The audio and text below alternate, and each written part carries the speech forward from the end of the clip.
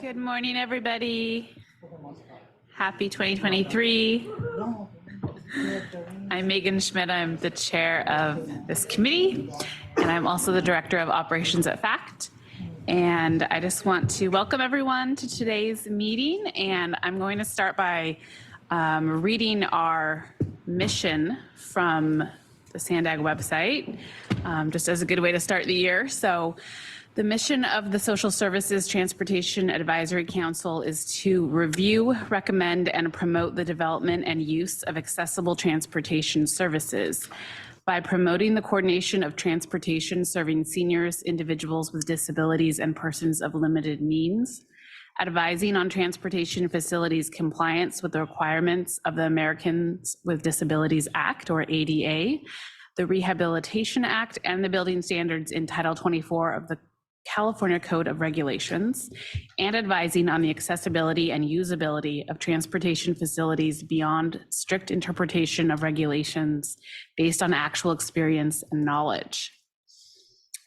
And with that, I'll introduce our interpreter, Carlos Diaz. Good morning, and thank you for the introduction. We are providing interpretation. I will begin with the instructions in Spanish, and I'll be back with the instructions in English. Muy buenos días, está ofreciendo servicio de interpretación. Para hacer uso del mismo, por favor, desplácese si nos acompaña en Zoom a la parte inferior de la pantalla donde aparecen sus controles. Ahí haga clic en el icono de interpretación, parece un globo terráqueo, y seleccione Spanish o español. Si está utilizando la aplicación móvil de Zoom, en celular, tablet, etc., presione primero los puntos suspensivos, luego interpretación y luego el idioma. Por último, si no desea escuchar el audio original en inglés en el fondo, por favor seleccione Mute Original Audio o silenciar audio original. Ahora, si nos acompaña presencialmente en la sala de juntas de SANDAG y necesita interpretación al español, por favor diríjase a la recepción del piso 7 y solicite un receptor. El receptor parece un pequeño iPod y se puede utilizar para escuchar la reunión en español. Simplemente sostenga el auricular junto a su oído y la interpretación comenzará automáticamente. Once again, interpretation is being provided to and from Spanish. In the event that there are any Spanish comment, to take advantage of the feature, if you are joining through Zoom, please scroll down to the bottom of the screen where the meeting controls are. Then click on the interpretation icon, it looks like a little world, and then select English as your language.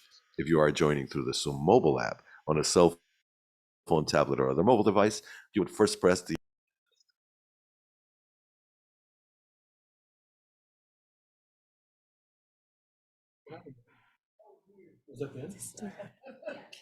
Yeah, that was the end. Thank you. So because I impromptu read that mission, I'm going to read it again so that we can do the interpretation. So it helps to hear it twice, right? So I'll go ahead and reread our mission. The mission of the Social Services Transportation Advisory Council is to review, recommend, and promote the development and use of accessible transportation services by promoting the coordination of transportation serving seniors, individuals with disabilities, and persons of limited means, advising on transportation facilities compliance with the requirements of the Americans with Disabilities Act, ADA, the Rehabilitation Act, and the building standards in Title 24 of the California Code of Regulations, and advising on the accessibility and usability of transportation facilities beyond strict interpretation of regulations based on actual experience and knowledge. And with that, we'll begin and ask Ashley, who is serving as our clerk today, to confirm that we have quorum and do a quick roll call. Thank you, Megan.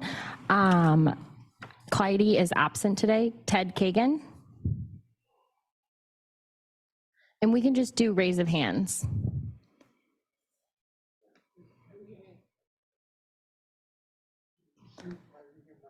Oh, sorry. Yes, Ted. Sharon Beckus. Wayne Landon. Todd Lordson. Here. David Jackson. Alex Warner. Here. Lori Seagram. Todd Shaw.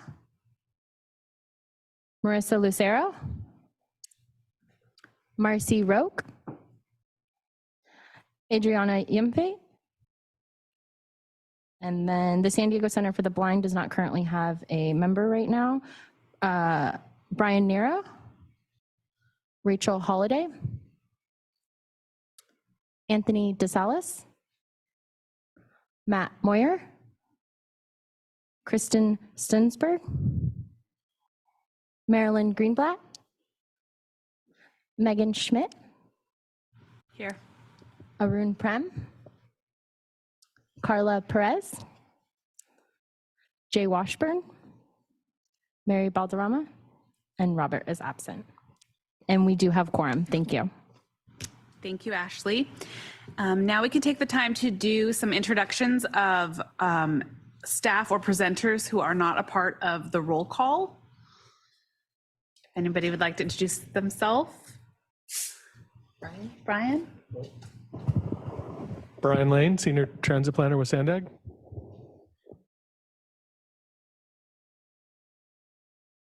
Our presenters? Oh, it says presenter. Good morning. My name is Allie DeVoe. I'm a senior engineer with Sandag.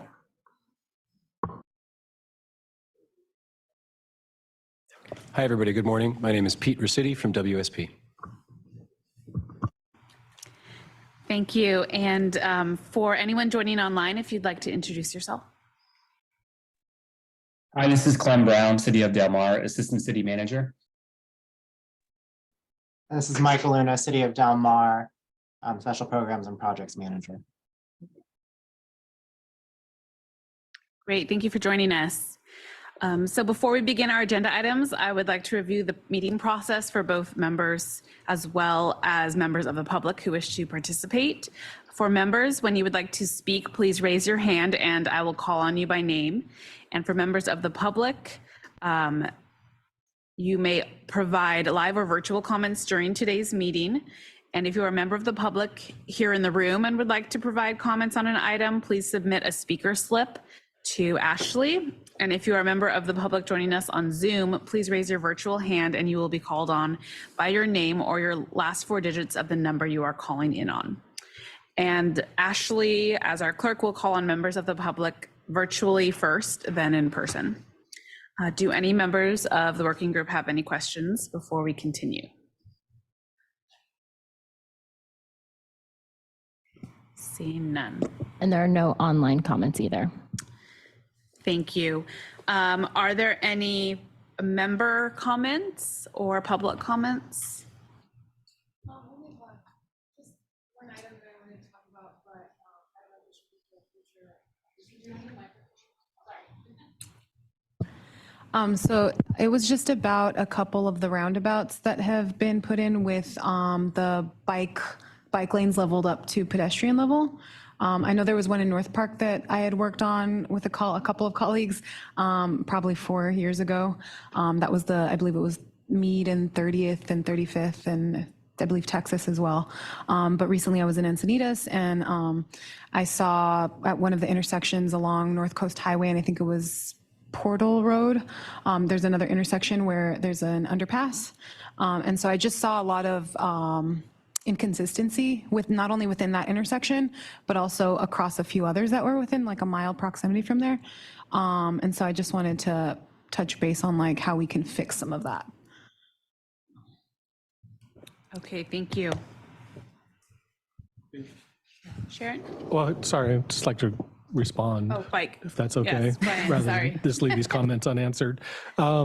Maybe we can circle back with the bike team, and I don't know if it's been a while since they've come to us with any projects. I don't know if they have any projects coming. Maybe circle back and see about having an item just in general and about consistency. I think that's part of the bigger question, right? It's consistency. Yeah, I think so. I know that that's something that's being done here and there when there has to be a bike ramp level up to pedestrian level. And there was just, it was inconsistent as far as what was placed there. Truncated domes, directional pavers, nothing. The 3 different ones I looked at had 3 different types of textures, or it was all different. And so I just felt like it was really inconsistent. However, I know they're all Sandag projects, and I don't know how many future projects are going to look like that. So it would be great if we could look at those all in the same way or have some Yeah. kind of guideline, which No, I don't that'd be a think there good is future, one right future now. item from the bike folks. Yeah. Okay. Thank you. Okay, thank you. Sharon. Thank you. I have a question, not a question, I have feedback about the electronic signage. The electronic signage is a fabulous idea. It just doesn't usually work well. And it doesn't work well because the times are either not being shown or they're off times. And since there is no paper schedule on the back walls of where the shelters are, you don't know if you don't have a cell phone. And I'm one of those persons that does not have a cell phone, so I don't have access to internet there. So a paper schedule at certain stops, and in particular, I will mention at the Whole Foods and Trader Joe's at UTC area, which is on Nobel Drive. That one is chronically wrong, and there's no paper schedule, and it's a busy stop. And then at Old Town, there's electronic signage. I was there this morning, and it is totally off. Here comes the trolley, and there's no mention that the trolley is even coming. And at Old Town, the other issue is there is a paper signage. However, it's only on one particular side. So you have to cross the trolley tracks to get to it. So if you're on one side, you're now taking a risk by being stupid and getting or crossing the trolley tracks, you know what I'm saying? So having both of the schedules on both sides of the trolley line keeps it safer for everybody, you know, so I'd like to see that. And maybe more paper schedules. The electronic signage were a great idea, they just, darn it, didn't work. Okay, thank you, Sharon. Any comments on Sharon's comments? I notice I go to Old Town a lot, and I do notice my experience is a little reverse from Sharon's. I notice I'll see a trolley, oh gosh, it's 45 minutes away, but it actually comes within 20 minutes, or maybe 20 minutes away, and it actually comes in 10 minutes. That's what I've noticed. It's sooner than, and then I also noticed the times will fluctuate. It'll say 10 minutes, then it'll say 12 minutes, then it'll say 7 minutes. It's a little weird, but I've done it for so long, I just deal with it, I guess. Okay, thank you. Any other member comments or public comments? There are no online comments.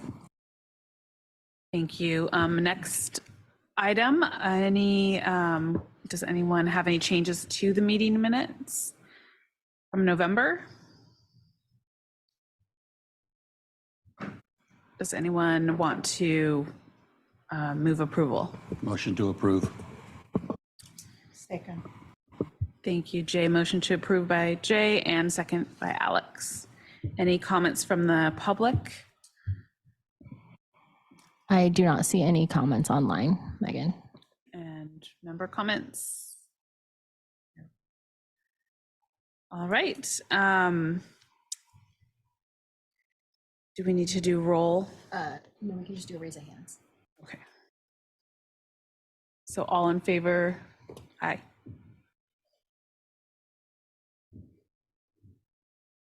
Any abstentions? Okay, motion passes. Moving on to the next item, the Coastal Connections Conceptual Plan Study update. We will hear from Ali DeVaw, Senior Engineer from Sandag, and Pete Rusidi, Transportation Planner from WSP. Good morning. Thank you for having us here today, STAC members. My name is Ali DeVoe, and I'm a senior engineer with Sandag. I'm here with Pete Rusidi from WSP, who is the lead from our planning consultant team on this study. We're here today to provide you an overview of the study itself and also some of the conceptual designs that we've brought forward to this point. The study is a joint effort between Sandag, NCTD, the City of Del Mar, to identify potentials for safe and legal crossings within the project area. It's important to note that this study is separate from several other efforts going on in the same area. We have stabilization projects. We have a long-term project to realign the railroad. NCTD has a safety fencing project. And so this effort is separate from all those projects. And I just want to set off with that note.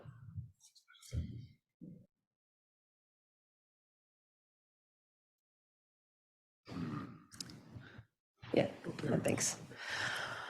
All right, so just a brief agenda of our run of show today. We're going to start off with some notes on the study purpose and overview, give some input on the initial screening of the potential concepts that was done. Pete will go over the design concepts we have at this level in more detail, and then we'll wrap up with implementation considerations and the next steps both in this study and for future project development. Next slide. All right, so starting off with study purpose and overview. Next slide. So as I stated, the goal of this study was really to evaluate the opportunities and constraints of potential pedestrian access improvements in the Del Mar Coastal Rail Corridor. This is a collaborative study between Sandag, Del Mar, and NCTD, and we have an MOU that has been completed with the goal of finishing this study. The study is primarily funded by a Caltrans planning grant, although the Del Mar and NCTD have both made contributions to the project as well. Overall, the project schedule will end up being about 22 months. It says 20 months on the slide, but we will be finalizing the report in the February-March timeframe. So we started the project in June 2021, and we'll be wrapping up at the beginning of this year. So implementation of some of these concepts have been identified as mitigation in the California Coastal Commission consistent determination for the Del Mar Bluffs 5 stabilization project. So I'll talk about that in a little more detail later, but we will be implementing some of these concepts in the future as mitigation for the current stabilization project. And just to note on the front end here, this is a conceptual planning study only. So although we are showing a lot of detail, selection of specific design elements will depend on a variety of factors that will be resolved collaboratively moving forward, including regulatory agency input and public feedback, which we're in the process of gathering currently. So our study area is the 1.6 mile single track of the Losan Rail Corridor located in the city of Del Mar between Coast Boulevards and North Torrey Pines Road, or the Torrey Pines Overhead Bridge on the southern boundary.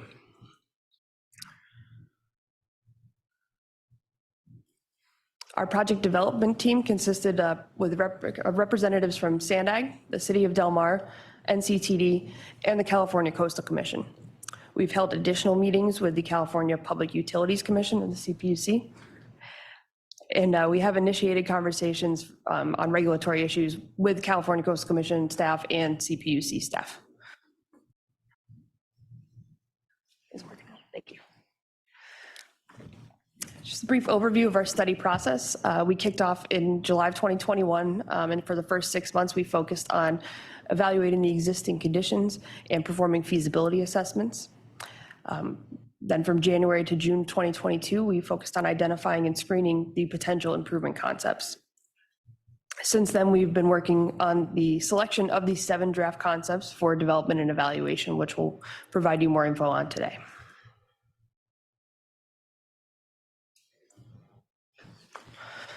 All right, now I'll talk a little bit about the initial screening of the potential concepts.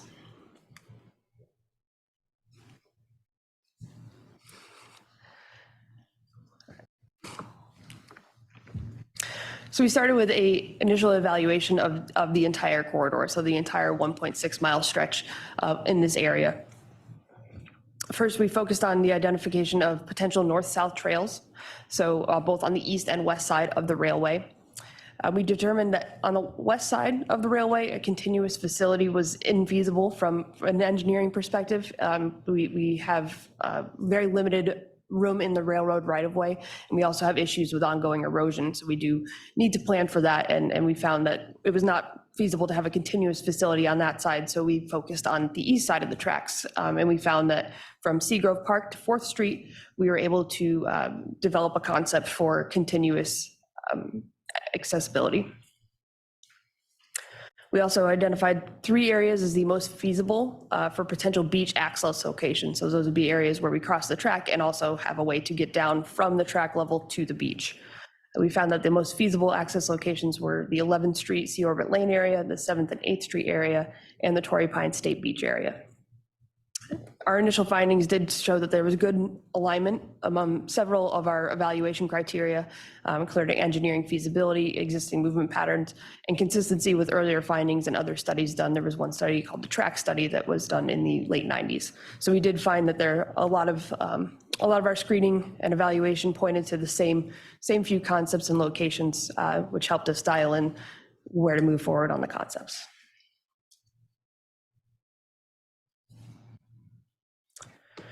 So we screened 3 types of potential railroad crossings: at-grade crossings, undercrossings, and overcrossings. And I'll talk a little bit about each of those.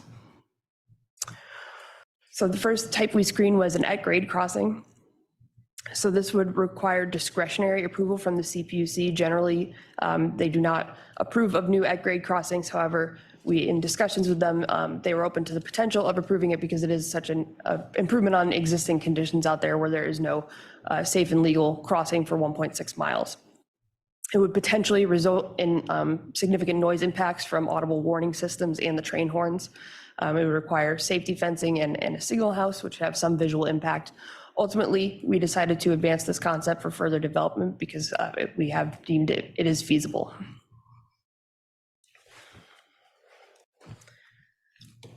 The second type of crossing we screened was an undercrossing. We found that this is feasible from an engineering perspective.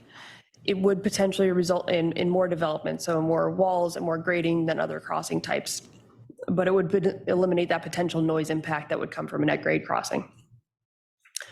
We found that size-wise, least impactful would be a 10 by 8 undercrossing structure, very similar to the one shown on the right side of the screen.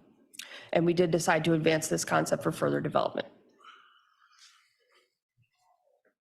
And the third and final type we screened was an overcrossing. Well, now we found that this would result in substantial visual impacts.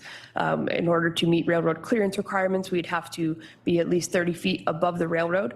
Plus, on average, the bluff height is about 60 feet above beach level. So that resulted in about 90 feet that we would have to find a way to get down after the overcrossing to the beach level.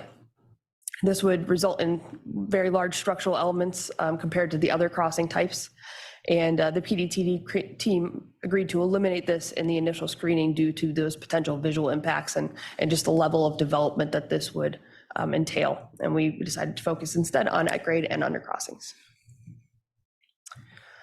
Now I'll hand it over to Pete to go through our design concepts in more detail. Thanks, Allie.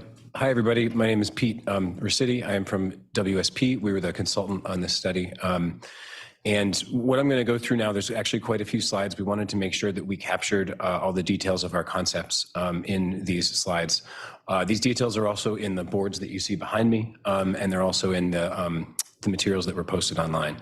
So one thing that we wanted to point out before we kind of got into the details was that our charge on this study was really to identify options, was really to understand what was feasible in this very sensitive area and to identify what the options were for potential pedestrian access. So we wanted to look at what is possible, what could it look like, how much effort would it take, how long would it take, and things like cost and regulatory issues. And so we have identified a range of options, and you can see there are 7 concepts that we've advanced here.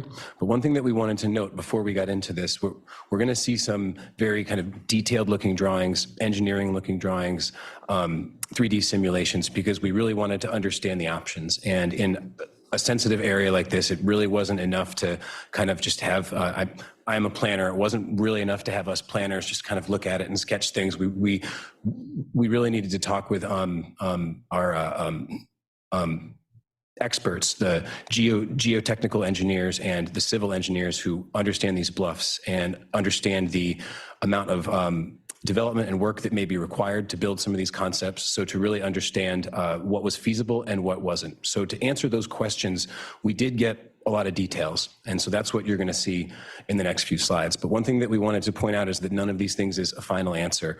We really wanted to identify some different concepts that then the stakeholders, including this group, can understand what is possible and what it might look like. But there's certainly a lot of time, like Ali said, to make all kinds of changes, to investigate some of the issues that aren't currently resolved. There are some issues where we don't have all of the details yet. And so I just wanted to point that out before we kind of dive into details, that this is just an initial planning study looking at high-level concepts of what may be possible. And so what you see on the screen here are a collection of 7 concepts. We looked, as Ali noted, at trying to provide for north-south movement, and we've identified a feasible trail from Seagrove Park to 4th Street along the east side of the railroad. In terms of the concept planning, the cost estimating, and the constructability, we actually did divided that into 3 different segments. And I think those who know this area know that as you get down a little bit south of 7th Street, the right-of-way widens. There are some flatter areas. It becomes a lot easier to construct a trail like this down there. As you get farther to the north, it gets a little more constrained. And so it's going to be a little more in terms of walls and grading and a little more cost. So we're going to go through that. At 11th Street, as Ali noted, we really identified opportunity areas to provide a crossing where there is a lot of activity now. This is a major area where people cross the railroad informally and how they get down to the bluffs. You can see a little bit there. There's very, very tall bluffs between 9th Street and 11th Street on the west side of the railroad. But then as you get north of 11th Street, the bluffs kind of taper off, and there's a kind of a much more gentle graded area there that's actually an area of prior artificial fill that really provides a nice area for people to get down and for us to provide a facility. And then finally, at the 7th and 8th Street areas, we identified opportunities for both an at-grade crossing and an undercrossing facility. And as you can see in the different iterations between concept 2 and 3, concept 4 and 5, and concept 6 and 7, we looked at doing full ramps to the beach as well as a more compact, lesser impact stairs down to the beach. And so again, our job was really to provide options. We wanted this audience to understand what is possible and what it would take to build certain things, and what type of footprint projects like this might have. So with that, if we can go to the next slide, we'll start walking through them a little bit. We did want to point out some notable features that exist in all of the concepts. Number 1 is accessible connections to the street ends. So for the north-south trail, it's at every street end, and for the crossings, it's at the ones that are nearby. But that allows accessible pathway to get from the street to the facility, and in the case of the crossings, to get actually across the railroad in a fully accessible facility. We also wanted to point out the concept of what we're calling natural stairs, and there's a few different names for these, but you can see the 2 pictures. You can see these up and down the coast, as well as in a lot of state parks and national parks, where you really grade stairs with timber or with rock to follow current paths of travel, and that can allow you to get a much more natural look, and again, to kind of more formalize the paths that people use today. And so that's something that when we looked at the stairs concepts for the Western Bluffs, that's an idea that we looked at. If you were going to construct stairs, to build this type to the best extent that you could, as opposed to building timber stairs that might take piles and separate structures. And then the last thing that we wanted to point out was a surface called stabilized decomposed granite, or DG. And I think most people probably know DG. It's kind of a hard-packed sand-like surface, and it's a little bit loose on top, and we see it in a lot of trails, a lot of projects. Actually, in this project area east of the rail from about 7th Street south, there's a kind of a wide DG area that was installed as part of a Sandag drainage project. There is a way to do that type of surface where you add a bonding agent to compact the loose surface on the top, and you're able to make DG that has that kind of a natural look, and you can get it in a variety of colors, that also provides a accessible surface. And so all of our cost estimates and all of our concepts assume a stabilized DG surface to ensure that they are accessibility compliant. Next slide, please. We also wanted to point out that all of these design concepts really provide substantial benefits over the current conditions of what's out there today. Obviously, in terms of providing new connectivity and safer access to the coast, new accessible paths and view overlooks. That's actually something that we want to highlight as well for the crossings. Even the crossings where there's stairs to get down to the beach for that final leg, there's a small view overlook before the stairs begin, so that there's a fully accessible trail from the street end to get across the railroad and to a view overlook area that really provides a nice amenity compared to what's there today. We also really, tried to make these consistent with the current movement patterns. And so that's, something that we heard a lot from the community, is that instead of doing something new, let's try to kind of formalize and make a little safer the same routes that we take today. There's a lot of consistency with the prior facilities and studies, as Ali mentioned. And finally, a main goal that this will do is to improve the safety of the railroad area, but also of those bluffs where people go up and down a lot to access the beach. The railroad crossings themselves on the west edge, as we get to the beach, were designed to be integrated with Sandag's planned seawalls. So as Ali noted, there are some seawalls that are there now that were constructed as part of the Del Mar Bluffs stabilization project, and there's a few more planned. We would use those walls and use the gaps planned in those walls so that none of these concepts would encroach farther into the beach than what is already planned.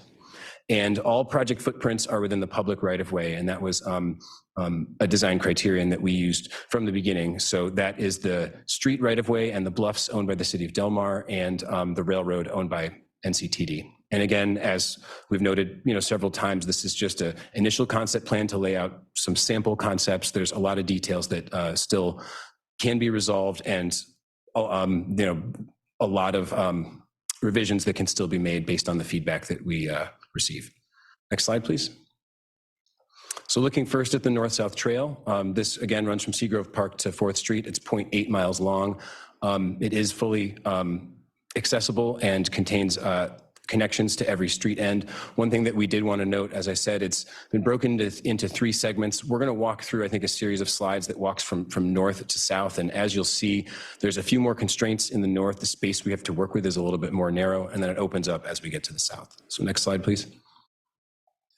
In the north, we did look at 2 options. The minimum impact option is the one that's the black box on the top that says connection to existing path.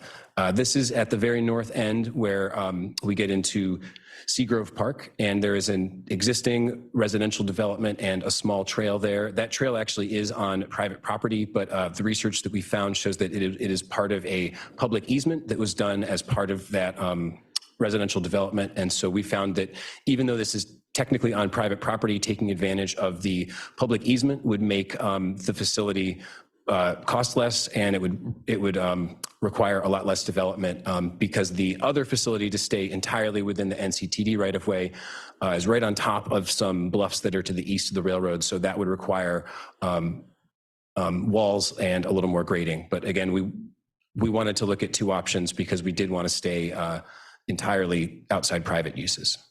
Next slide, please. As we go further south, again, these are engineering drawings. They're a little bit wonky, I know, but we tried to call out some of the items in black that we wanted to note. This area in the north, again, there's not a lot of room. The right-of-way is narrow, and there are some slopes to the east. So there is a need for some small walls and a couple areas where we have to cross some pretty steep grades and some drainage facilities. And so we found that the most feasible probably would be a small prefab bridge that you could lower in there, but there are different options, and you could make that out of timber or steel or concrete. There's a few different options there, but we found that that was the least impact way to cross some of these areas. Next slide, please. As we get down to the 10th, 11th Street area, again, you can see the connections to the street ends. There are some areas east of the rail, and you can see it here, where there's an existing or planned drainage ditch and space is kind of constrained.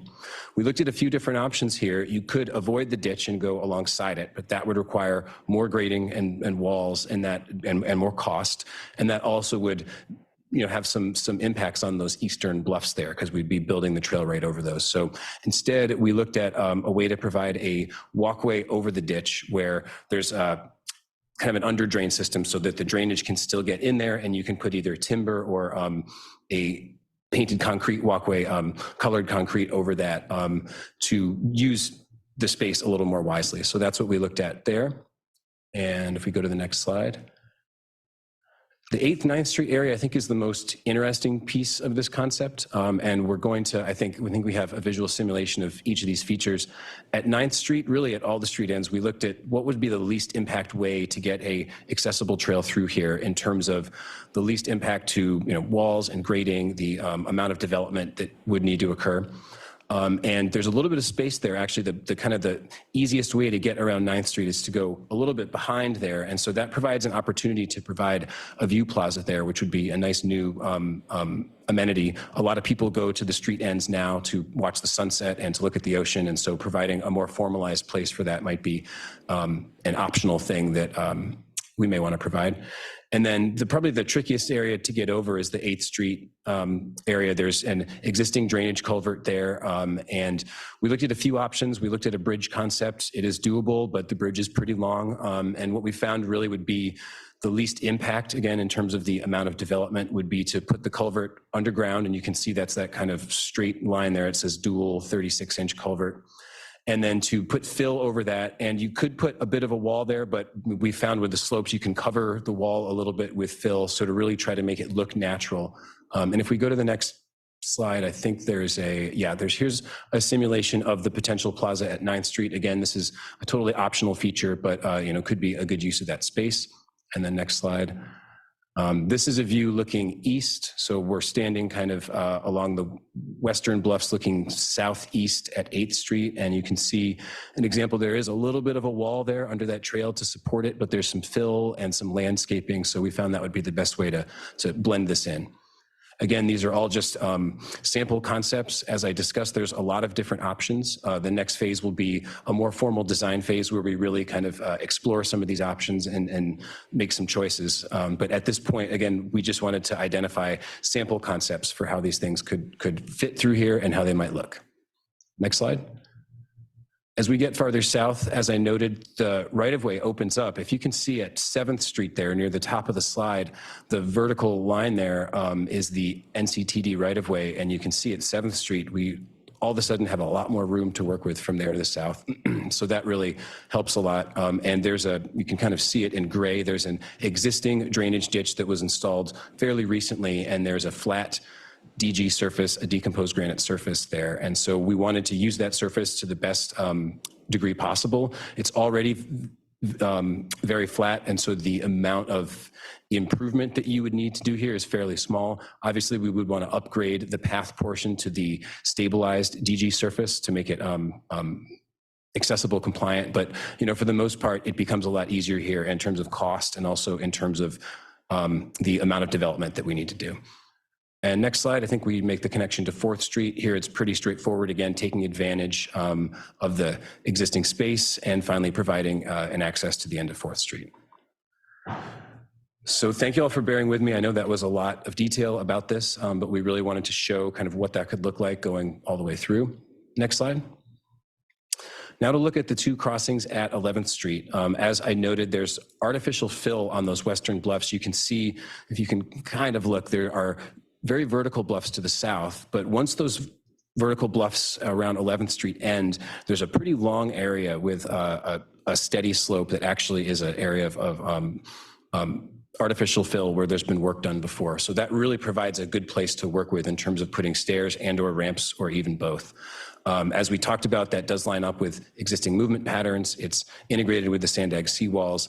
But we do want to note if there's an at-grade crossing, there's a strong potential for noise impacts from the audible warning systems and the train horns. And Allie's going to talk about that a little bit more. There's a lot of options that we're looking at in terms of ways to mitigate that. But it requires a lot of coordination with the state and federal regulators. Next slide. Here's a sample visual concept looking from the Western Bluffs of what a stairs concept might look like at 11th Street. You can see we tried to match the existing movement pattern. There's a existing kind of an informal trail there. People kind of come down and there's a single switchback. And so we really wanted to match that and really provide the least impact possible. And then you can see there is a gap in the seawalls there, and we would take advantage of that gap to actually provide beach access. If we go to the next slide, I believe it's an overhead. Again, this is a engineering drawing looking from the top. Don't need to get too wrapped up into some of these details, although they are there if you have any questions.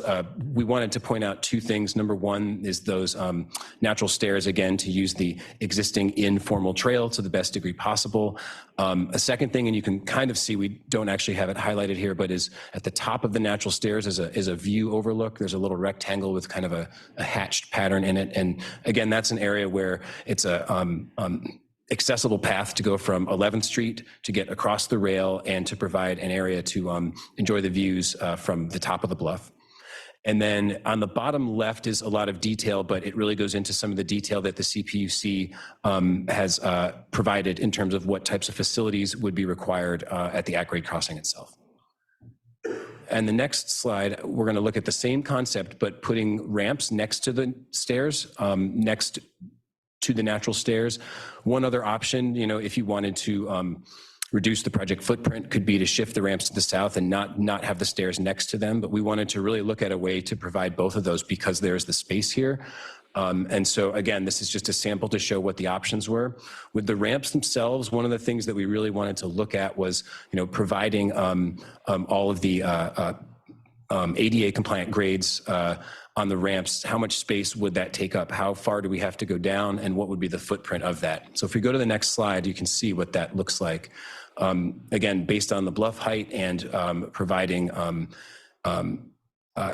ADA compliant grades, you can see there with the grades and the little landings that you need to provide on the way down. And that's, again, the footprint that would take. One of the planning thoughts here is that, if we do provide the full ramps, while that's a great thing, some people, especially a surfer with a board, they're used to right now just kind of zipping down the bluffs in more of a straightforward fashion. And so this would really provide options so that folks who have a surfboard and want to get down there really, really quickly could take the stairs, and those who wanted to use the ramps could use those as well. But again, there's a footprint trade-off there. Next slide, please. Moving farther south, looking at the area between 7th and 8th Street. Again, we do know there is a constrained space everywhere. Looking at the 7th and 8th Street option, there is some room there, but not as much as the area north of 11th Street if we want to try to preserve the natural bluffs to the best degree possible. We did find, though, that 7th and 8th Street really lines up with the ways that people use the corridor now in terms of getting across the rail and getting down to the beach. There are informal trails at the 7th Street area there along the Western Bluffs. Again, integrated with the planned seawalls and the potential for noise impacts for an at-grade crossing. So if we go to the next slide, we'll see the stairs option. This one, it's a little bit steeper here, so some of the stairs do require some walls. The walls shown here is one option. It is, certainly something we can look at trying to, if we can do a little more grading on those bluffs, we can lean those walls back a little bit and try to conceal them with a little bit of landscaping. But we didn't want to hide them too much here. We did want to show that those would be required. And again, this is to match the existing movement patterns at 7th. And if we go to the next slide, we'll see the footprint of this. One of the things that we wanted to note here was that the NCTD, if we build an at-grade crossing, there needs to be a piece of equipment called the signal house. There is a photo of it on a earlier slide, and it's kind of a 6x8 or a 6x10 area, and NCTD needs to have access to that with their trucks, and that is in order to maintain the equipment at the actual at-grade crossing itself. So that's an option. We showed it as close as possible to 7th Street so that NCTD could use that area and access the signal house from the street rather than having to have their trucks enter the right-of-way. But that is a design consideration that we'll need to think about for any at-grade crossing. Next slide, please. Here's an example of putting ramps there. And in this area between 7th and 8th, because there are the native bluffs immediately to the north and south, it didn't really look like there was room to fit both stairs and ramps in here. So this is an option that just shows the ramps, again, providing the ADA compliant grades and really trying to minimize the visual impact of the walls and everything by using landscaping. If we go to the next slide. There's the footprint again of what that would take. You certainly could lengthen a couple of the ramps, especially as you get down toward the western end. If you were to lengthen the ramps, you might be able to, you can actually eliminate one of the switchbacks, so the ramps would be a little less stacked on top of each other.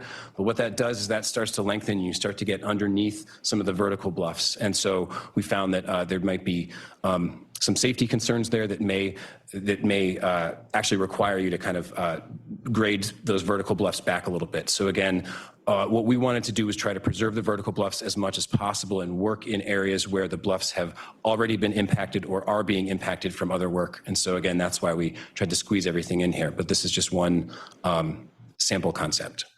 Next slide. One thing that we did want to point out is there's an existing wall that was built a long time ago to stabilize the railroad, and it's between 7th and 8th Streets, just kind of south of 8th, and you can see it here. There's a little bit where it's exposed. That's a 12-foot wall, and that actually provides us with an opportunity. And when I say that's a 12-foot wall, I mean it's 12 feet tall that goes kind of under.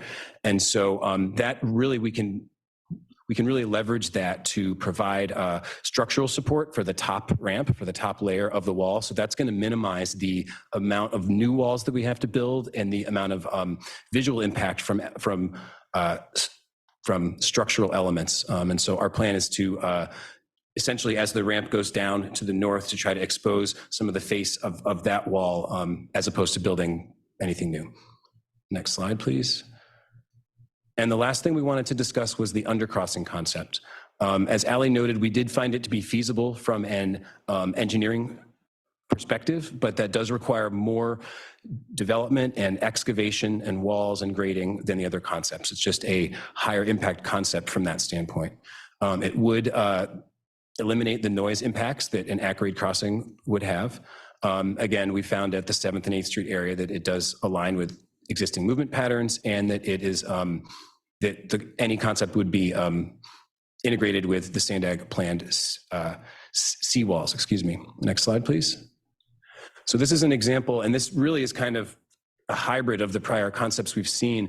The stairs concept for 7th and 8th Street is very similar to this. We just meet it a little bit lower on the bluff. And actually one advantage of this concept, while we do need to excavate underneath the rail to put the undercrossing in there, there's actually a little bit less impact to parts of the bluffs because we are able to meet the bluffs a little bit farther down.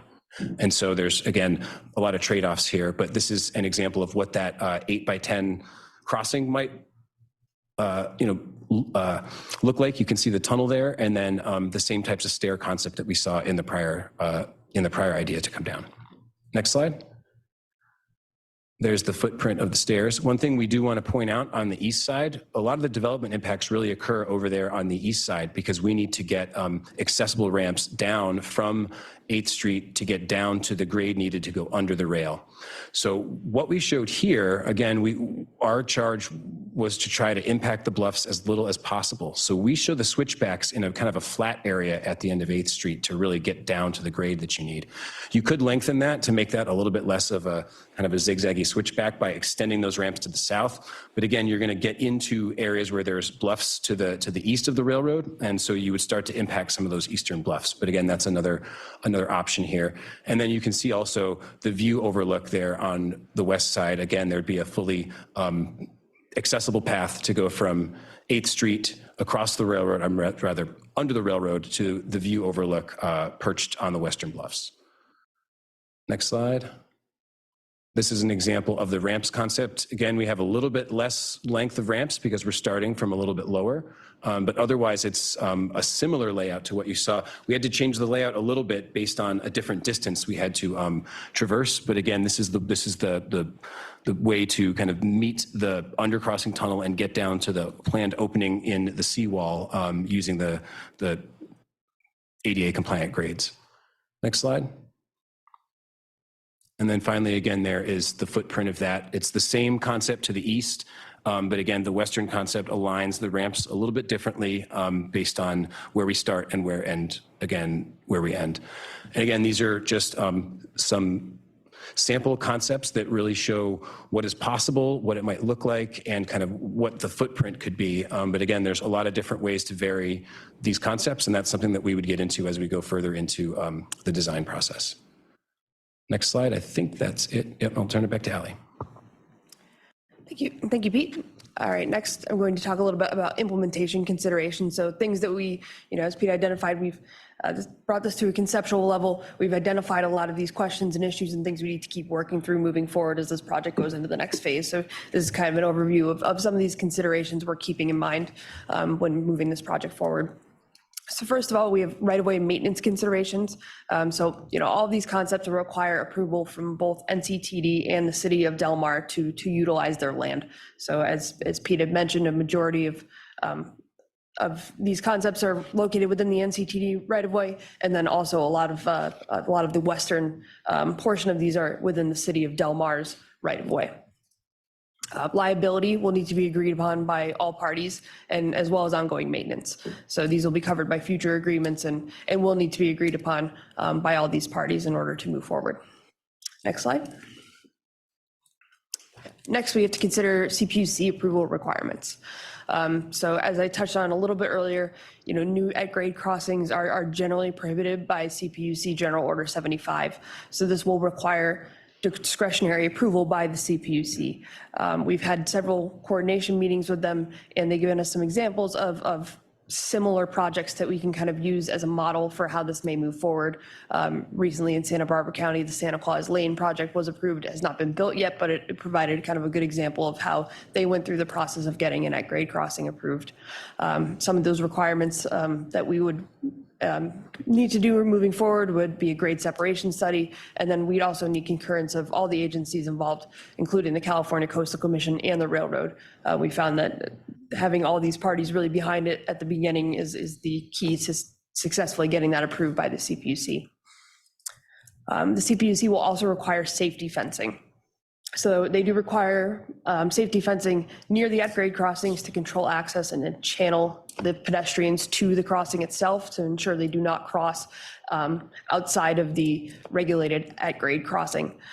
We have noted in some of our concepts conceptual limits of where we think this fencing may be, but the specific extent of this fencing will be determined in a future phase of this project in coordination with stakeholders and regulatory agencies. So we've sought some input from CPUC, but ultimately this is something that will be decided on as this moves forward. We don't have all those answers here today. Next slide. Another thing we need to consider, especially with the at-grade crossings, are the FRA audible safety systems for at-grade crossings. So the FRA does require audible warning systems, so lights and bells at the at-grade crossings, and they also have a requirement for trains to sound their horn starting a quarter mile away from the grade crossing when approaching that. So this would result in potential for train horn noise very frequently, and depending on the frequency of trains, this includes freight trains which run at night as well. So this is really a residential area, and there are potential noise impacts associated with this. One thing that can be considered in conjunction with implementing this project would be the implementation of a quiet zone. So this may allow a wayside horn at the crossing instead of the routine sounding of train horns, which would lessen the potential noise impact. A quiet zone is not strictly required for an at-grade crossing approval. It's something that can be pursued separately and after an at-grade crossing is installed, but it is something that can be considered moving forward. It does add time and complexity to approval of a crossing. So that's maybe one reason why you'd want to implement the at-grade crossing first and then continue to pursue this quiet zone as a separate project. Next slide, please.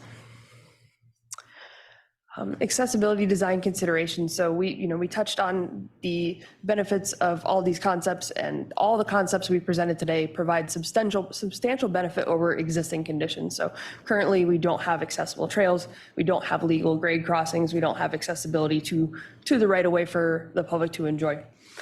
So all of our concepts do have some of these elements. We have the fully accessible north-south trail. We have fully accessible connections to all the street ends, and the accessible view overlooks at the western bluff tops in all the crossing options. At this time, we are still carrying forward multiple options for that west side. So for how that piece and where we get from the crossing down to the beach. So we are carrying forward ramps and stair alternatives. The purpose of this is to really the PDT team really tried to balance accessibility with minimization of impacts to these sensitive bluffs.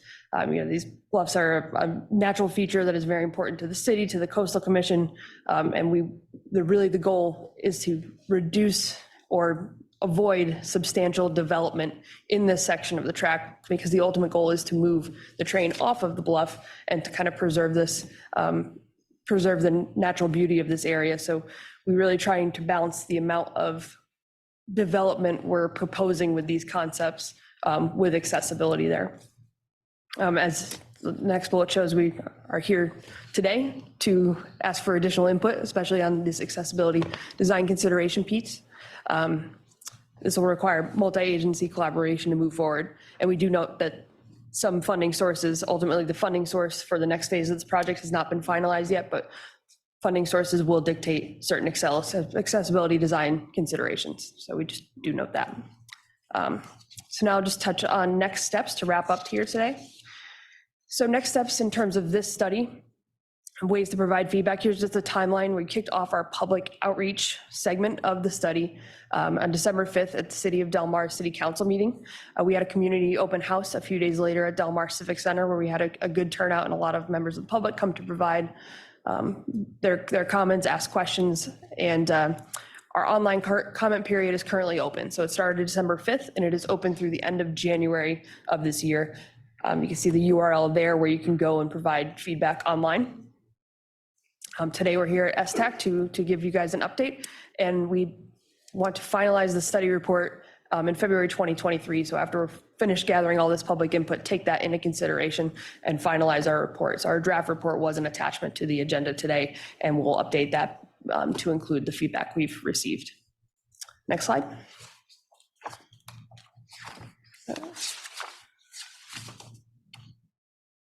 Was there one slide in between there? I might be missing.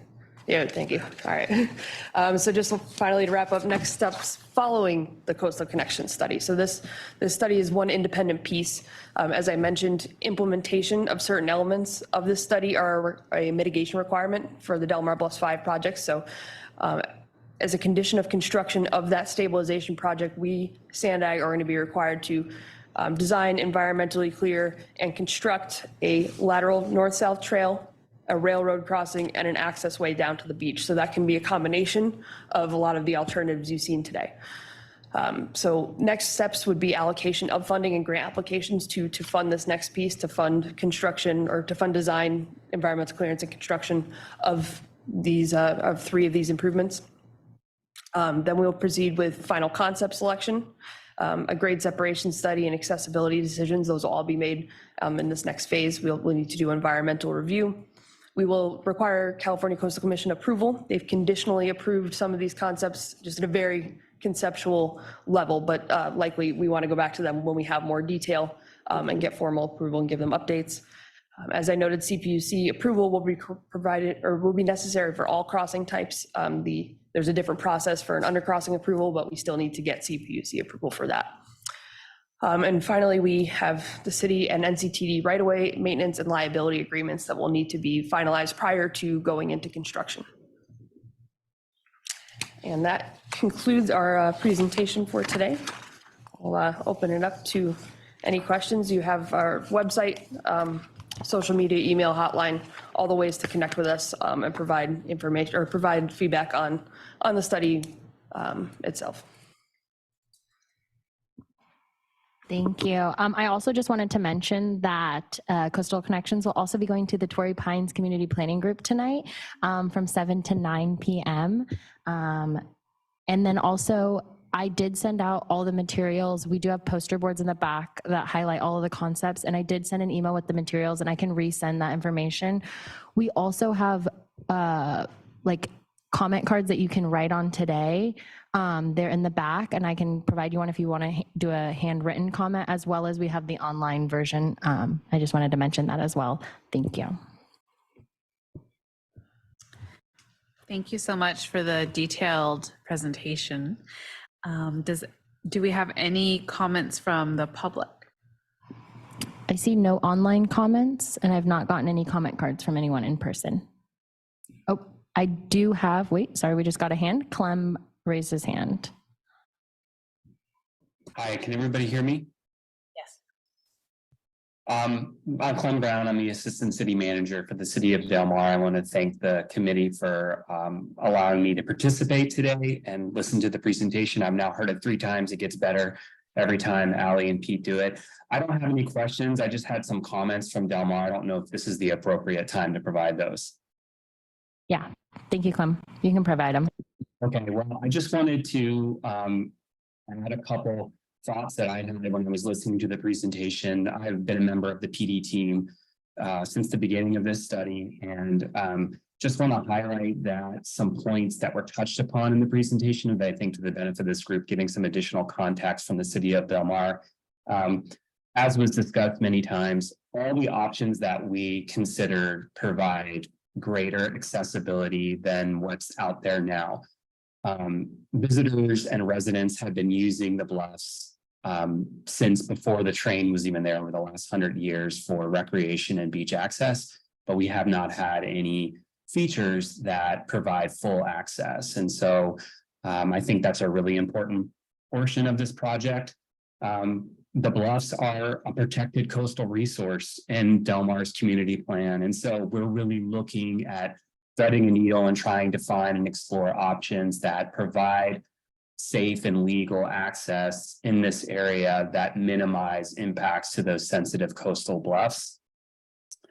One thing that I don't think was touched upon in this presentation and wanted to provide for this group's benefit is that the City of Del Mar does have beach accessibility features at our Beach Safety Center. So at 17th Street in the City of Del Mar, we have full ADA access to the sand, including mobility wheelchairs for those that need them. And those facilities are not too far from the area that we're talking about here today, just kind of back of the napkin distances from the concepts that you heard for 11th Street that are proposed potentially for 11th Street. It's just a half mile to the north that we have those accessibility features. And then from the concepts that are been contemplated for 7th and 8th Street, it would be about 1/8 of a mile away. So we didn't touch upon that in the presentation. I don't know, maybe Peter, Allie can pull up a map if anybody's interested in kind of like looking at the geography and the distances, but we do have those accessibility facilities at 17th Street. One of the other things that I wanted to mention was, and I'm sure the committee is well aware of Sandag's plan to relocate the railroad by 2035 inland and get them off the bluffs. And so the City of Del Mar has been a strong advocate in supporting the permanent relocation of the railroad inland. But in the interim, we are very much interested, and it is a city council priority to try to find some interim solutions to provide more accessible recreation and beach access opportunities. But there needs to be a balance, understanding that the railroad's not going to be there one day.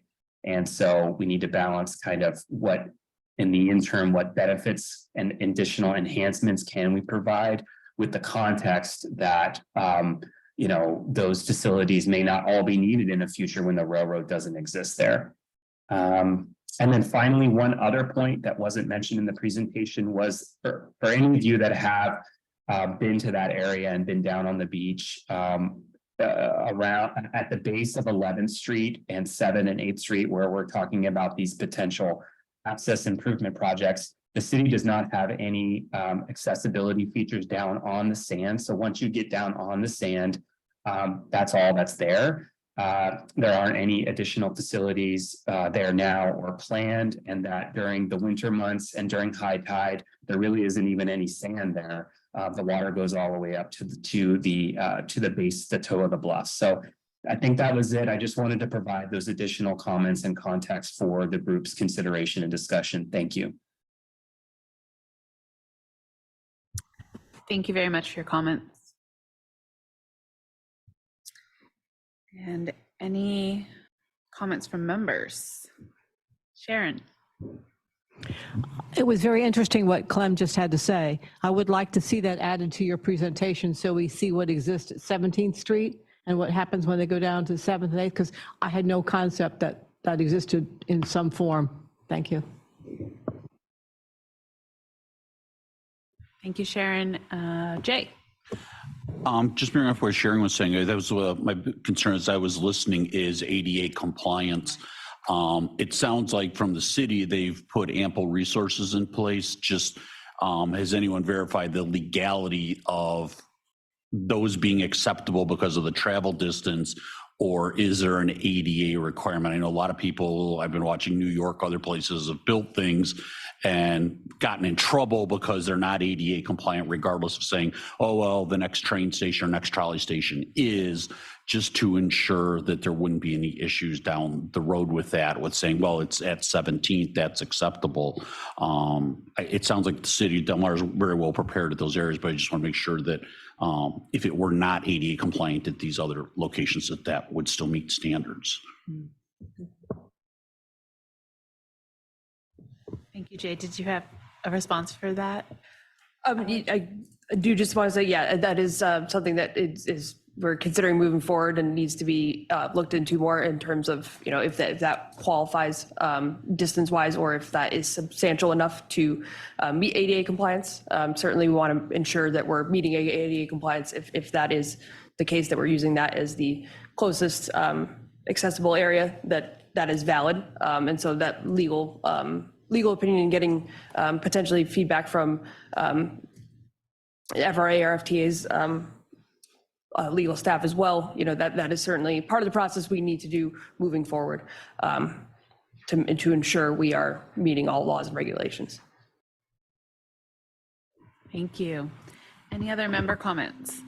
I concur with Sharon's comment that the last speaker's information should be put into this current presentation that we just saw. Thank you, David. Alex? Yeah, this is Alex. Yeah, so I like what Clem had to add to the presentation, because it's important to know how far is the next access to the beach and what are the facilities, the current facilities that they have. And the same thing going south. Where is the next access beach point going south? And if that is accessible and what features it offers for. My other question was, besides ramps, was any study to include any mechanical system for access to the beach, an elevator, incline elevator?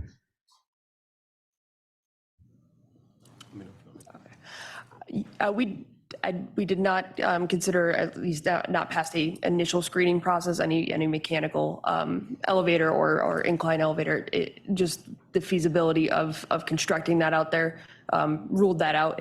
As Clem mentioned, at the bottom during the winter, there is very little to no beach. There's no beach sand.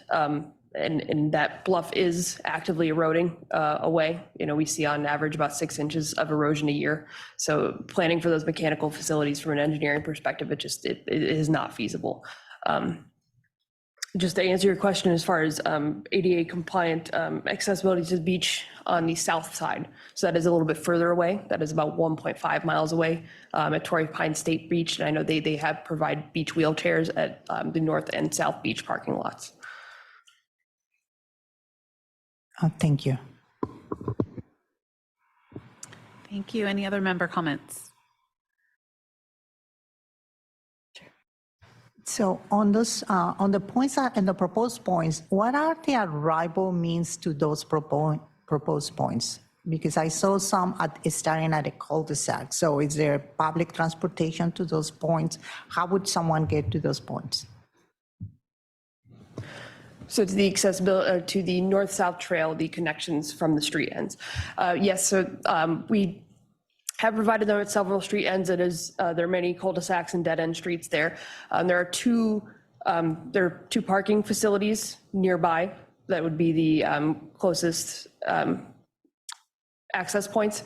So for the 11th Street area, the Del Mar Civic Center is at 12th Street. And so that provides a plethora of free public parking. And working with the city, we've identified potential near the 6th and 7th Street area.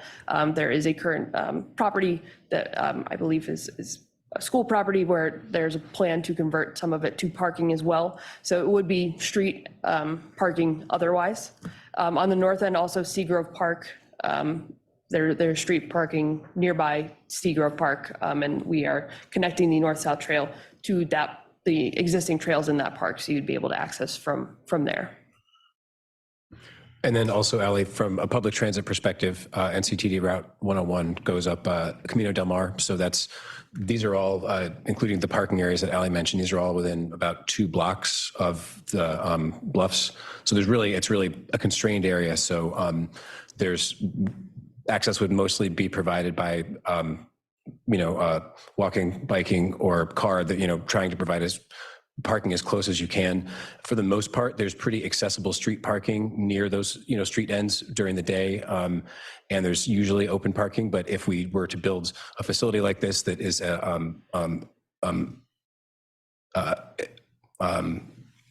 a new benefit to the community, it might actually attract more trips. So there is, definitely a potential for increased trips and maybe an impact to parking there. But that's a summary of the ways that one could access these.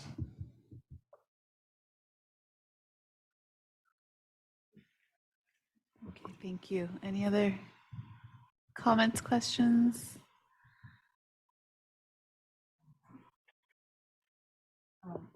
My other question is, do we have an average height difference from elevation points from the top to the bottom that someone will have to transverse on those ramps? That would be a good information to add in the presentations. I was trying to calculate it by the ramp runs and somewhere 14, 15 feet difference. So the Western bluffs vary, but and also the beach levels also vary. But in general, the bluffs are about 60 to 70 feet tall. The top of the bluff, in other words, where the railroad level is, to the beach level varies between about 60 and 70 feet elevation.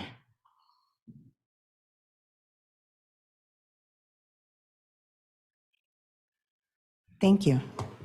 Thank you. Sharon. I have one more question about the undercrossings. The undercrossings will eliminate the noise impact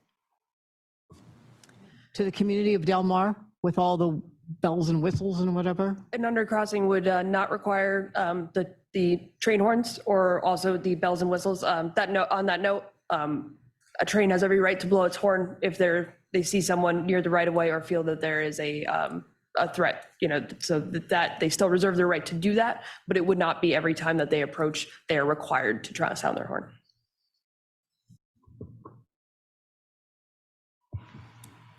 Okay. Any other member comments? No. Okay, great. Thank you so much. Thank you. Our next item is item number 4, unmet transit needs. And we're going to jump right in and ask Todd, who's graciously volunteered. He is transportation, is it manager or coordinator? Coordinator at the San Diego Regional Center, to share with us a little bit about the unmet transportation needs that the regional center clients have. In keeping in mind the clientele that we serve, it's, you have to have a developmental disability in order to receive services from our agency. However, through assuming the responsibility, assuming the position that I have now, as well as past years, There's always been some difficult areas to provide services to families or people with developmental disabilities, usually up and down the 5 and the 15 corridor, and then along the 56 corridor. Up and down the 5 and 15, there's always ADA paratransit, which is greatly appreciated. But along the 56, I think that it stops at some point, not very far in the public transit side, thus eliminating ADA all the way, the remainder of the portion through. So, and that ADA doesn't meet all the needs of the people we serve, mainly because behavioral circumstances or things like that. They're just not appropriate for ADA paratransit. Some of the difficulties we've experienced is, and again, this is our own agency system, but is that we provide rates to our private contractors, and they get paid when they're moving people. They don't get paid when they're sitting in traffic. And unfortunately, 56, 15, and the 5, that's where you tend to be sitting in traffic, as well as some of the problems is where their actual garage or base station is located, and then being able to provide services up and down that region. So, and our rates are set by the state. So unfortunately, we'll hear this occasionally, well, just give them more money, you'll get more people to go in there.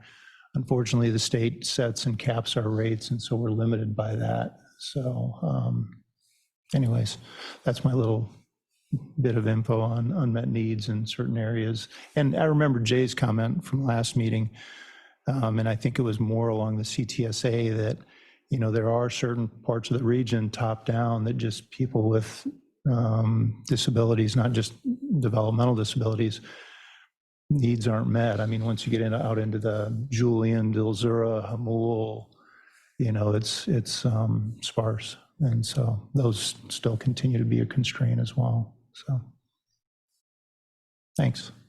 Thanks for sharing, Todd. Any questions from anyone for Todd? Yeah. Ryan. Thank you. When you were talking about the pricing and the rates that you can pay, what did you mean, like for the providers when they're sitting in traffic, or is that like when they're on their way to do a trip or something? Like that's not a paid? So they get paid per trip. Right. So if you have somebody that an example, if the garage or their base was in Escondido, and say halfway down the 15, maybe near North County Fair, there's somebody that needs a ride north, and NCTD Lyft wouldn't be the appropriate means.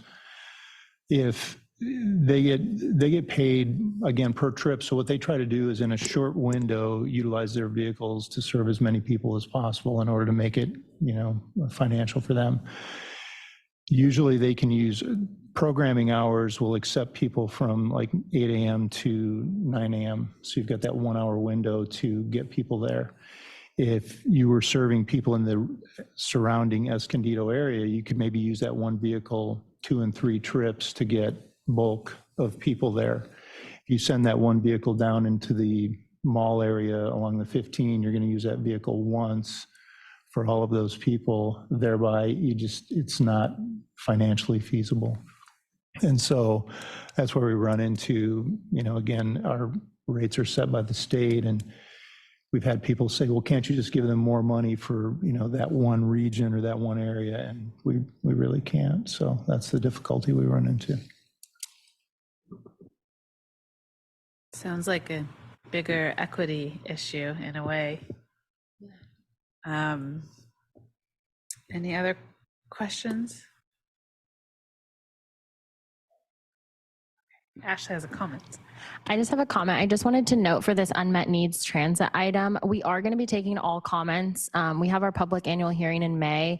And so typically we've just had that one public hearing and we've talked just about the unmet needs during that time. So all the comments and issues from throughout the entire year, we're going to capture on like a matrix and really elevate them during that public hearing as well. So Todd's comments will be noted today as well as put into the matrix for the public hearing and resaid so we can really elevate them and not just have it one time of the year. We're going to, elevate this throughout every meeting that we have all year. So I just wanted to note that. So if anyone does provide a comment, it's not just one time we listen to it. We're going to keep talking about them. So Thank you. Thank you, Ashley. And was there anyone here from Access to Independence? They were going to share as well today, but I don't believe there's anyone online or in person here today. Okay. I don't see anyone online. Thank you. No public comments There are no public comments. or member comments. Anybody else have any unmet needs that are popping into your head right now they want to share? Or any ideas for agencies who might want to share in the future? Please let us know. Jay. I just want to reiterate a little bit along what Todd's saying is between MTS, NCTD, and FACT, we work very diligently to provide the most service that we can between our agencies, but there are still gaps, whether it's geography, whether it's time-based, and it's outside of the service hours, MTS operates or NCTD, distances outside the 3/4-mile radiuses, those type of things. There is definitely gaps and needs out there within the disability community that need to be identified and looked at and addressed, through hopefully SANDAG and funding to help fill those gaps and make sure that everyone in the county that needs accessible transportation has that access to it, the days, the hours that they need to be able to reach the services that they need to remain independent in the community. Thank you, Jay. Any other member comments? Questions? No? Okay. Anything else from you, Brian, on unmet needs? No? All right. If you think of anybody who would want to share, please, let us know, and we'll have them come next meeting and give us their input. I got a question. Sure. So besides public transportation, at the airport, besides public transportation, how our visitors can get to their destination if it's not public transportation? Or maybe, if they are going to a hotel, that shuttle service might be accessible, but other than that, that's it. Right. I believe there's only private companies doing those pickups. They have to have a special permit to pick up from the airport. We have several vendors who provide that service under our agreements with them for RideFact, but normally they're based on their availability, if they're able to do the pickup, and a lot of them, they have to have that permit in order to do it. So it has to be planned in advance. With AFA, FACT should be able to provide that service as long as we make sure that the vendors have those permits to pick up from the airport. So that will add additional capacity for those needing accessible rides from the airport. But right now, I think it's mainly private vendors that people would have to contact directly for that service. Do we have a list of private vendors? If you go on to FACT's website, we do have a list of over 180, I believe, different vendors. And so some of them would be ones that would provide that service. So I know there's vendors such as Soul Transportation or Secure Transportation and others that do offer accessible transportation throughout San Diego. So if you look at our website, you should be able to find them. And I can give you some more information as well. And you can always call us and we'll walk through what the options are that we know of. But other than that, I don't think there's a super shuttle anymore. I think they went out of business. Jay? I was going to say, you can contact First Transit's, MTS's taxi administration. They could tell you who is licensed and is a accessible vehicle provider that would be servicing the airport. Also, who they've got license for that. Thanks, sir. And do they have, remind us how many accessible taxis they have? My last information was there were 2 accessible taxis operating out of the airport, but other services like Sol and some of the others are also licensed and regulated through the taxi administration also, so they might be able to provide some additional information. Okay, thank you.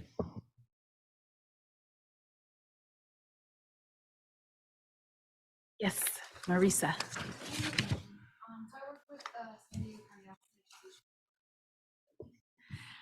I work with the San Diego County Office of Education, and I work with Nixie, which covers like North County area. And I have a student who lives along the 15, east of the 15. There's like a few new developments being built. And so there currently isn't anything that connects the 306 bus line to, I can't remember what the other bus line is on the east, but it's like Impala, I think. There's like this gap along the 76 where basically nothing covers that area. And I'm just curious if that's been like mentioned at all in the public comments with the unmet needs.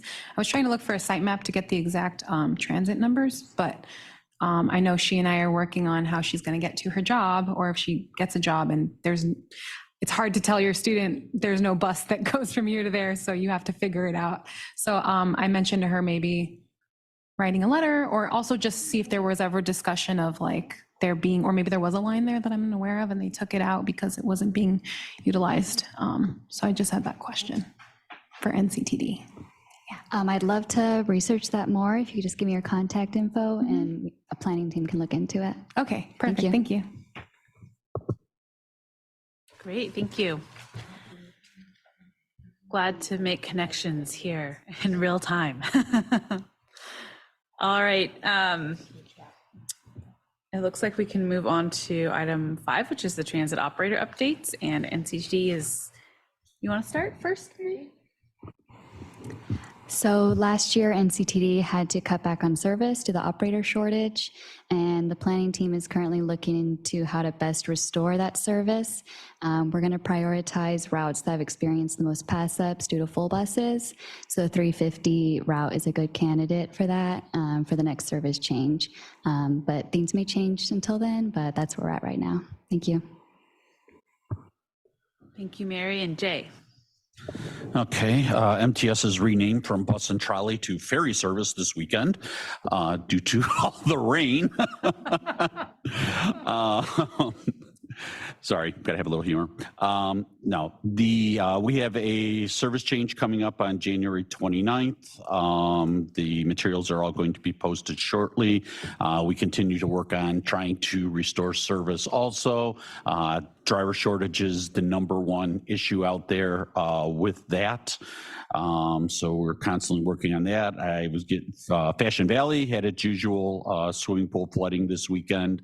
I just got a notice that service is starting to be restored there, and trolley service is operating in bus service on limited capacity. Hopefully by the end of the day, full bus service will be back there.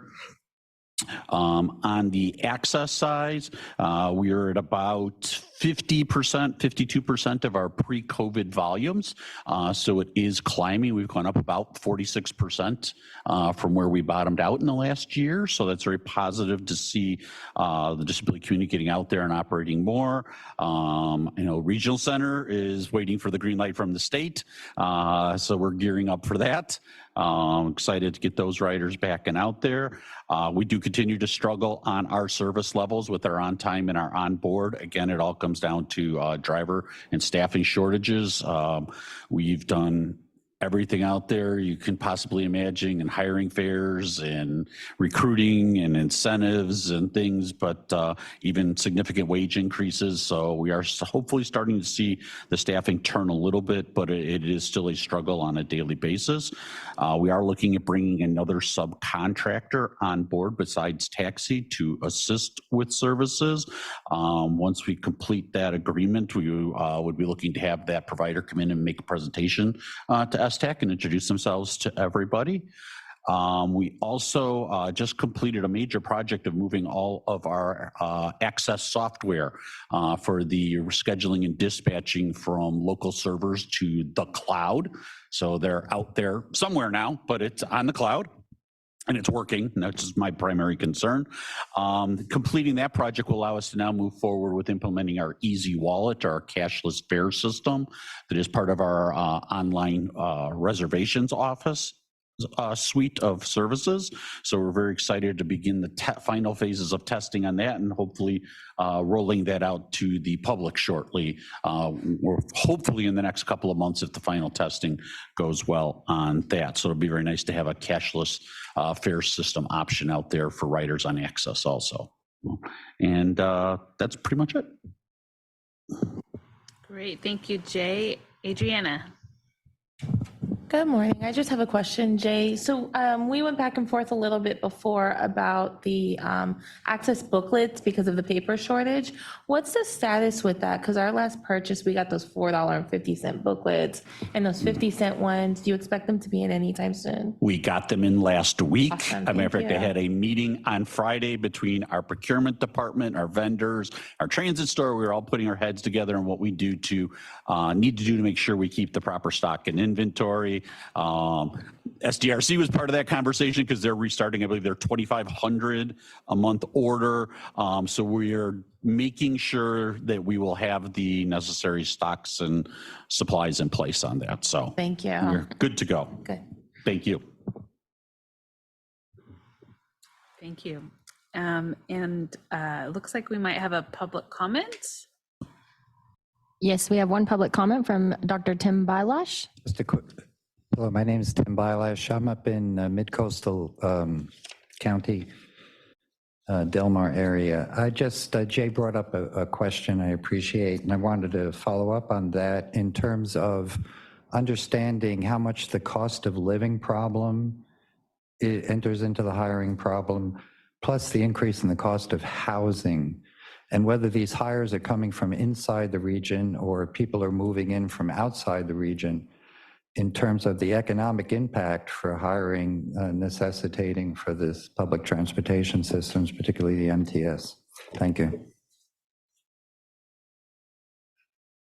Unfortunately, I do not have that data. That would be something that would have to be obtained through our Human Resources Department or our contractor First Transit that we utilize for the paratransit services, but I don't have that specific data.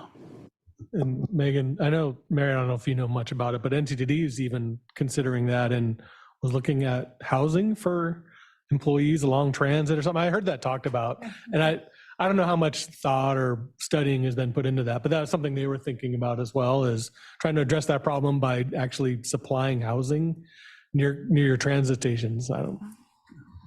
I haven't heard of that. I think that would be amazing, but news to me.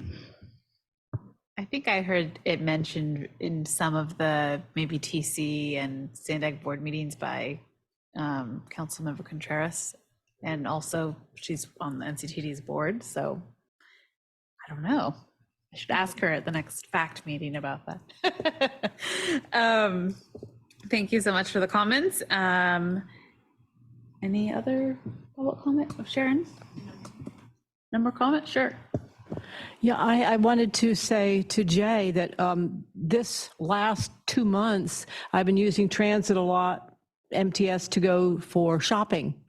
And so I have a cart and I get on the trolley and I get on the buses, and the drivers have been really receptive and not making me feel bad when I say, can you please lower the ramp? Because I always felt like, oh, gee, am I going to get in trouble with them? And I'm not supposed to, but I mean, just that feeling. So it has definitely changed. So maybe with the the less staff have been some better coaching that has come along, whatever it is. I'm really pleased with that because I don't want to feel guilty riding the transit and taking my shopping from Costco or wherever. And then I have a question for Mary. Mary, I'd like to see you advertise back to my electronic signage. The electronic signage doesn't list the 101. You're like the ugly stepchild. Do you have to pay a fee to MTS to put the 101 schedule on at Nobel Drive?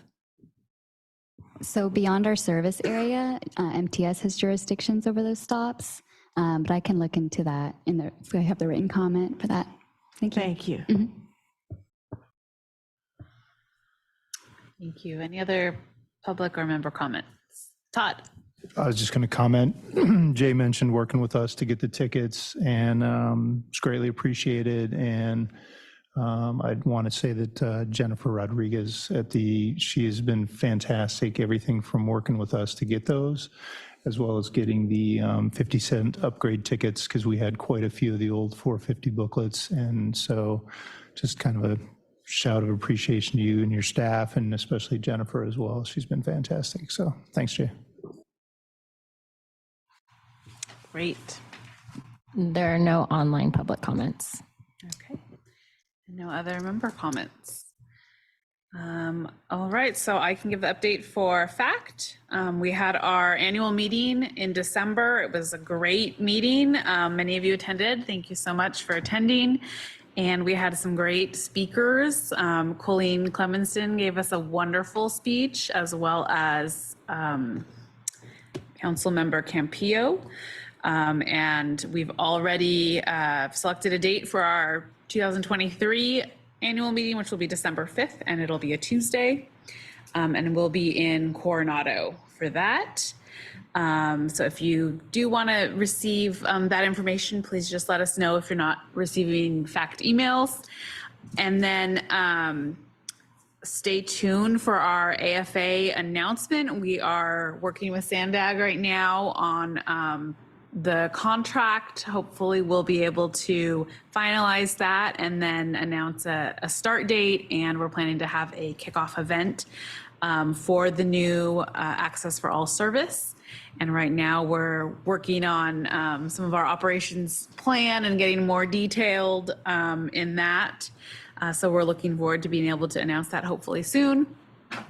And then I believe, I haven't even looked this morning, but I believe we launched our new website on Friday. So if anybody gets a chance, go ahead and look it up. It's www.factsd.org. So we're working out any kinks. If you find any kinks, let us know.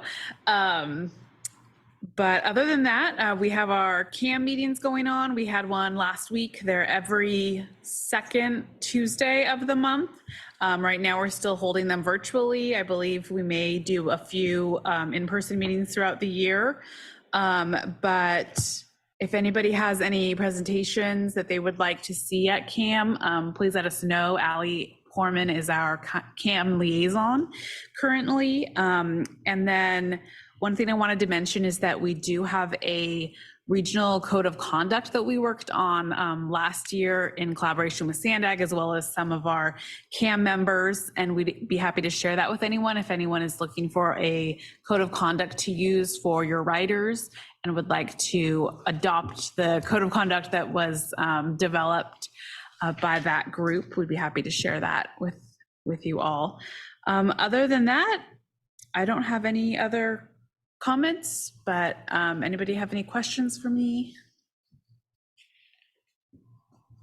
There are no online comments. Okay, and no member comments or questions. All right, and now we'll hear from Sandag on the staff report. Hi, this is Ashley again. I just have a couple quick updates. Two of them are on the CMCPs. North County CMCP and the Coast Canyons and Trails will release their final document on January 25th. So when those release, I'll send that out to STAC to review. And we just released the RFP, the request for proposals for our transit subsidy impact study. So that's the study where we're going to look at free, reduced options for lowering fares. And then we are currently, our mobility team here at Sandag, we just started the purple line and blue line scope of works for their conceptual planning studies. And we're hoping to release those for requests for proposals in the spring/summertime. So more to come on that. And once we kick those off, we'll be coming to STAC with some updates eventually. And then the STGP Cycle 12, Call for Projects, is on schedule. Zach Rivera is going to be presenting to iTalk, TC, and the board in like the mid-February times. He gave me some dates. One would be February 8th, February 17th, and February 24th. And if you have any following questions on the STGP Cycle 12, you can email zach.rivera@sandag.org. And if you do want his email, I can send that out as well. My last update is going to be on our Sandag Joint Working Group that we have coming up on February 9th. The forum will focus on the 2025 regional plan. It will include opportunities to provide feedback and share your inputs on the topic and the plan's vision and goals, performance measures, network, and policy development. The forum will take place on February 9th from 10 a.m. to 12. This will be held at the San Diego Central Library in downtown. As for now, this meeting will only be held in person, and we will share some additional details on accessibility options for accessing the library and public transit. The meeting agenda and the supporting materials will be posted on the website, and I will also share them directly. We should be releasing those on February 2nd, so you should get an email from me or Emily Doss. And Sharon, I know you asked about some of the accessibility features on like kind of how to get there because the bus stop was quite far away as well as the nearest trolley stop. So we're going to be looking into that. The two staff liaisons for that specific meeting, I've elevated that. They are talking that through. And so hopefully we will have an answer on that. So there's more to come, but just wanted to remind you guys about the joint working group. Thank you. Thank you, Ashley. Anything from Brian? No? Just quiet today. All right, well, it looks like other than that, our next STAC meeting will be Tuesday, March 21st. And then hopefully I'll see many of you at the joint working group. And with that, oh, one more. Sorry, one more thing. So for the joint working group, we do need quorum for STAC to participate as a member of STAC. So I think, do we need 8 people? I think it's 8 for quorum, 9 for quorum. So if we don't get a full quorum for STAC, you guys will still be able to participate. We are trying to make the participation for the members of the public as well as members of any of the working groups attending pretty similar, but I just wanted to remind you, we will be looking out for a quorum check. So if you are planning on attend, please respond to that message when we send that out, just so we can kind of get an idea of how each working group will be participating. Thank you. All right, thank you. With that, we are adjourned. Thank you, everyone.